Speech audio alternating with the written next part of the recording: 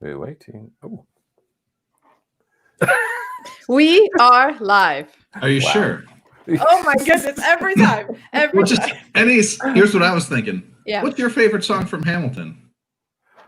Why are you doing this to me? I don't know. Start. Okay, I kind of like Wait For It a lot. I would think Wait For It. Right? I'm glad you agree, because everyone's like, no, Dear Theodosia or Satisfied. Those are fantastic. I'm not saying they're not, but Wait For It is just, fire. Speaking of Wait For It, Yeah. are we live? We're live. Let's see.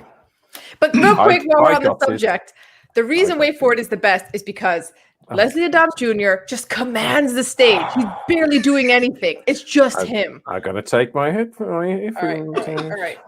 Go ahead, Andy. Did you guys know that this is Literary Roadhouse, where we read one short story once a week? I'm Andy. I'm Anais. And I'm Gerald. This week we read Confessions of a Shinagawa Monkey by Haruki Murakami, which is a fantastic story that everybody loved, and that's the summary. Come on, Andy. No, okay. So our narrator, who's like some sort of writer or journalist traveling as the winds take him, stops at this touristy city in this rundown hotel, but the baths are real nice, so he goes to take a bath, and then this little monkey comes in and asks if he wants his back scrubbed. And so he and the monkey get to talking. He's like, most monkeys don't talk, do they? All right, got to look into this a little more. Finds out the monkey was raised in Tokyo by a physics professor, and he learned to talk. And then also, he doesn't feel sexual attraction to other monkeys, only to human women. But, obviously he's not going to act on that. So he has to sublimate it. So instead what he does is he just steals women's names, only a part of them. And then he steals the names of the women he loves and he keeps them in his heart. And then that's how he's able to consummate their relationship. And then later the narrator goes home and he's like, was that real? I don't know. I better not ever tell anybody about that because that sounds crazy. And then he met a woman who got her name stolen and kept forgetting her name. And then the story ended. So obviously the story was true. We think. Yeah, maybe.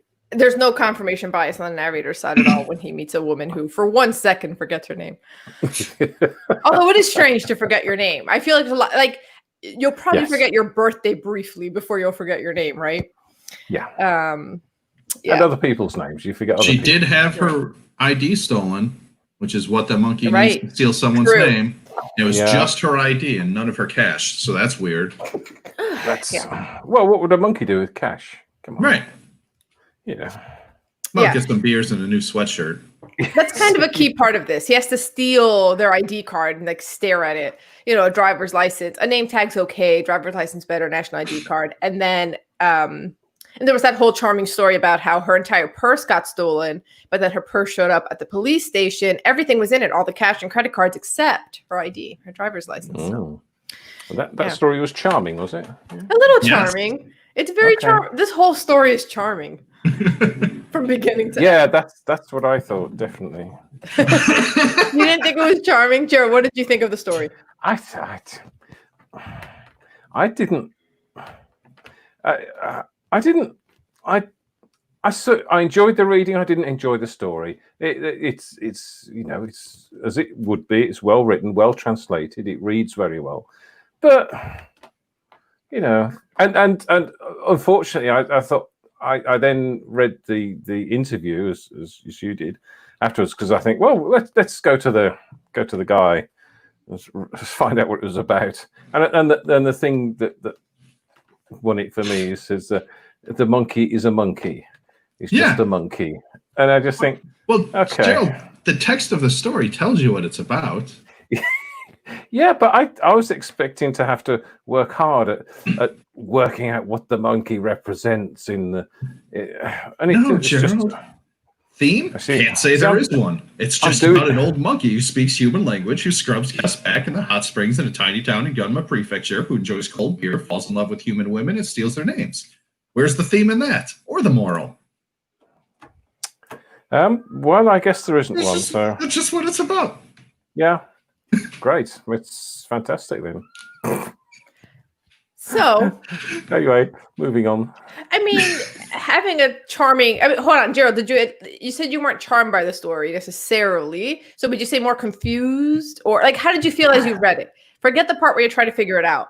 Just the part where you're reading it. A bit. I felt a bit ooky.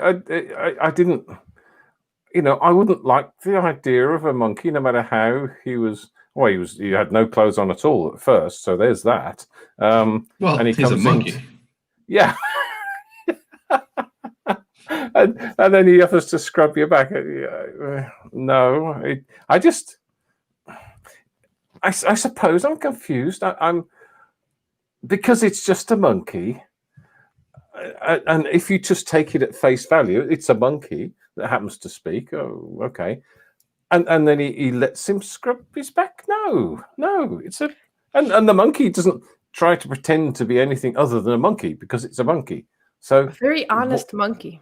Right. So why would you? Apart from he steals people's IDs and makes them forget their name, but he feels bad about the stealing part. Does he? Oh, okay. And in the grand scheme of things, it technically isn't illegal because no one thought of it.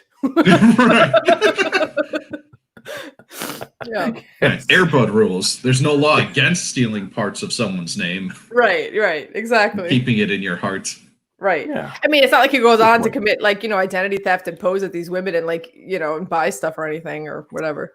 Yeah. But the whole idea of stealing some part of a woman and keeping it and it's women that talk about cross species relationships and stuff, which is not nice. And but then he won't do it because of the genetics. He thought about that, Yeah. What the fact that he thought about it is just no. And then he he thought about it. So good old monkey, but then he steals something of the woman and keeps it, and it's like taking a token and the next step, I warn you, is blooming serial killer. I tell you, Mark. This is a sequel to his first monkey story, which is bad enough. But I bet you in a couple of years he'll write another one where the monkey goes and starts on a serial killer rampage. Mark my words. It's how it all starts. So what we've learned is Gerald and the narrator are as different as possible. Gerald's like, scrub my back? Hell no, you're a monkey. The narrator's Get out of here, monkey. Yeah, and the narrator's like, scrub my back? Well, I don't really want someone to scrub my back, but I don't want him to think that I'm refusing him just because he's a monkey. So I guess I have to say yes because I don't want to seem, prejudice against monkeys. Of course. Right. Yeah. And Gerald's like leaning all the way in. You're a goddamn monkey. All right. Get out of here. Stop talking. Exactly. Don't walk around with a scrub brush. Yeah, and put some clothes on as well. God's sake. Well, Gerald, you can't have it both ways. Either he's a monkey or he wears clothes. Neither. None of the above. Go to the zoo and stay naked. And don't talk. Yeah, just don't talk. Don't come into the bathroom when I'm there. Thank you very much. Yeah. I like the description of the bathwater. Yes. Thick and green with that good sulfur smell. I was like, oh, that doesn't actually sound nice to me, but I've never been to a hot springs bath, so maybe that is what you want. But you could feel it. Yeah. Good. Visceral description. I liked it. Yeah. Yeah, it's kind of funny because I've been to Japan and I stayed well away from any put me in a Western hotel with proper toilets and things, showers and everything. That's fine. Just don't take me to any strange place where you live in pods. You have to sleep in pods and things. Don't want any of that. Okay. Yeah, I've been in hot springs, but not in Japan, in Costa Rica. And yes, there is a sulfur smell, and more sulfur smell. You're like, oh, more beneficial minerals for my skin, but it wasn't thick and green. So I'm curious about that. I wonder if that's like a particular Japanese style of hot spring. Yeah. So, yeah. Okay. This is great because that's why I was like, I put as a joke. So what's the story about, guys? What's the story about? Because the story tells you in the story, right? There's that wonderful paragraph where the narrator says, I thought about talking about the monkey as a work of fiction, but then my editor would say, well, what's the theme? What's the moral? And there is none. So it can't really be a short story either because it's pointless. Great. Thank you, Murakami. Like, Yeah, that's very honest, isn't it? That's, I got to that paragraph. Before that, I was like, oh, okay, this is kind of nice. I wonder where it's going. And I got to that paragraph, and I was like, beautiful. This is amazing. Yeah. Lisa Simpson rules. She comments on a lot of our stuffs here, and she's saying, glad to see we're animated having a riot. We are. Which brings me back to one of the things Murakami says, which is that he read an abridged version of this in front of a group of people, and people were laughing, which is what he liked. Like, that's what I was saying. The way that the story makes you feel, I think, is the most important part of the story. I felt charmed throughout, but then again, like, all Murakami works are charming. There's a lot of talking animals. There's a lot of weird like mysticism magic going on that's like usually harmless, like this whole stealing names thing. Like it's never, but like never like it's never like, oh, I did this magic. I shouldn't say never, but typically it's not, oh, I did this magical thing to help someone. No, there's normally some strangeness to it, some sort of need or desperation to it, but it's never bad. It's never like, oh, I did this and then I made someone sick, right? It's never, it's like some like innocuous, kind of strange, like, I guess that's not great, but I also don't care kind of thing. Like it's just so Murakami. And in the interview, he recognizes something that's true about a lot of his work, which is this motif of like isolation and not fitting in. So the monkey doesn't really fit in with humans, and he doesn't fit in with other monkeys, right? Other monkeys bully him, tease him, laugh at him because he's weird, and then because he's so humanized, and then humans are like, but you're a monkey, the Gerald approach to talking about straight up and down. You're a monkey. Get out of here. Yeah, you can't earn much as a monkey. That was one of the lines that I love. Like, but yeah, I got an attic, three meals a day, some money. What does he do? Does he go to stores to spend that money? What does he do with the money he makes? Like, I'd love to know. I'm probably one of the corner shops won't turn him down if he's got a handful of cash. Mm-hmm. Mm-hmm. Right? Like you walk in with a handful of cash, they'll give you a bottle of beer. And if you act like someone's trained monkey, then maybe they'll like whatever. Yeah. No, I don't think you would. You know what? I've gotten to know the Shinagawa monkey pretty well, and I don't think he'd put on that act. Yeah. I think you're like, hey, I need these Slim Jims. The clerk will be like, well, I can either take your money or not. So I guess. Yes. Yeah. I think it's quite good in the interview when they said, "Is that the interviewer is desperately trying to find some deeper meaning?" Yeah, they said, and they said, "Is there any significance to the fact the monkey comes from the Shinagawa ward in Tokyo?" I said, "No, there's no significance at all." Yay! Same with Bruckner. Any significance to Bruckner? No, it's just listening to a lot of Bruckner as I wrote this story. Cool. And he's like, Shinagawa monkey has a nice ring to it. Come to think of it, so does Brooklyn monkey. Cool. Like, he just resists. One of the things I like is then again, the interviewer, desperate to like get something out of this, goes, so, when you think about it though, in our current, climate with coronavirus and isolation, maybe, possessing someone's name, could be like a way of having a romantic relationship in current times. He's like, oh yeah, I'd love to read something like Love in the Time of Coronavirus, advice from the Shinagawa monkey. Like he just keeps riffing and will not ever, like the interviewer's trying to like pin him down into like some deeper meaning about how difficult it is to have a relationship when you must be isolated from others for help. No, he's like, oh yeah, an advice column by the monkey. That'd be hilarious. Like, Murakami resists. Yeah. Yes. Yes, and then he says, and then the interviewer says, the narrator says that the monkey story wouldn't make a good piece of fiction because it has no theme or point. What do you think of Confessions of a Shinagawa Monkey? Has a theme or a point? And then in his reply, he said, I've had a number of opportunities to discuss my work with college students, and they all seem to end up confused because they can't find the theme or the point of my stories. Because there isn't one. And then he says at the end, but that doesn't bother me at all. No. Doesn't care. Doesn't care. Murakami is not here for your literary analysis podcast, okay? No. He's not writing with us in mind. No. No deep analysis here. Thank you very much. Do any of us think that maybe the narrator imagined all of this, or no? Nope. No. That's a real magic monkey. I agree. But not even magic. I also love, here's something else. Don't do this, or do. So then I was like, what would monkeys sound like if they talked? And they've already, like, scientists have simulated that if, I think the macaque monkeys, that if they could talk, if they had the mental capacity for language, using the sounds that they already do make, what it would sound like. So they simulated Will You Marry Me as a monkey. It's horrifying. It's the scariest thing you'll ever hear. It's on YouTube. I feel like I should share the link in the description. I think or something. you should. Yes. It's terrifying. It is the most terrifying thing.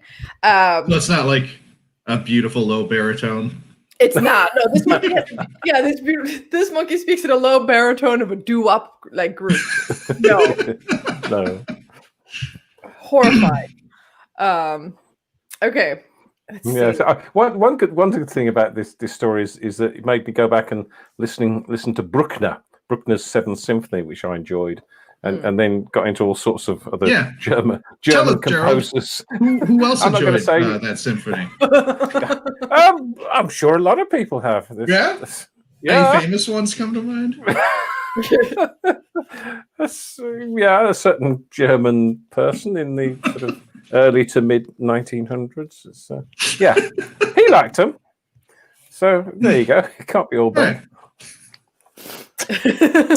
Listen, you can't write off a composer just because bad people like him, I guess. And to give Bruckner his due, it was several hundred years later, so it's not like he actually composed it for said person beginning with H. Said person. Boy. Okay. I don't Anyway. really have much else to say other than, even though the story doesn't really have a theme or a point, and if you try as the interviewer did to find one, Murakami would be like, nah, no. I mean, she tried, or he tried. I don't know who the interviewer is. I still had a good time with it. It wasn't overly long. It was charming. I felt good as I read it. I liked the monkey. I thought the weird little magic was cool. Like a harmless but creepy harmless kind of way. How could something be creepy and harmless at the same creepy time? Harmless? What's creepy harmless? Well, it's exactly like how you think the next step is he's going to be a serial killer, but he didn't kill anyone yet. No, so that's all right. Right, it's harmless, but it makes you think of some creepier things. I bet the FBI use this in their classes, teaching new agents. If someone acts like this monkey. Yes. If someone trains a monkey to speak, watch out. Okay. Yeah, I suppose what you just said, Annie. So you said you had a good time, and I suppose I did have a good time reading it. I love Murakami's relationship with it. It's just it's just some words I wrote, and you make of it what you will. I love that, so I'd give him a high score for his attitude. It's really difficult, isn't it? Because if ideally a literary short story should be something more than entertaining, but it was it was okay. Yeah, it's I just, in answer to your questions that you sent us beforehand, no, I have no idea. My answers were great, yes, a monkey.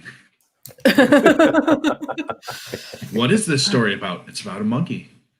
Yeah. So should we rate it then? It sounds like we've hit our maximum. Yeah. Yeah. I guess. I'm coming in at a 4. That's yeah, it. I have nothing to say. I think. No. I don't know. I suppose 4 for the.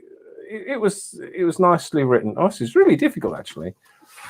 It's sort of I find it in a way it's annoying because there's nothing more. It's just a bleh story. Don't feel pressured. You can go lower if you want. Yeah, I know I can. I'll come in at no. I'm going to go lower. I'm going to go 3.5. Okay. I'm going to give it a 6. You're joking. No, this was incredible. I had the best time. I enjoyed this story more than I've enjoyed many of the recent stories we've read.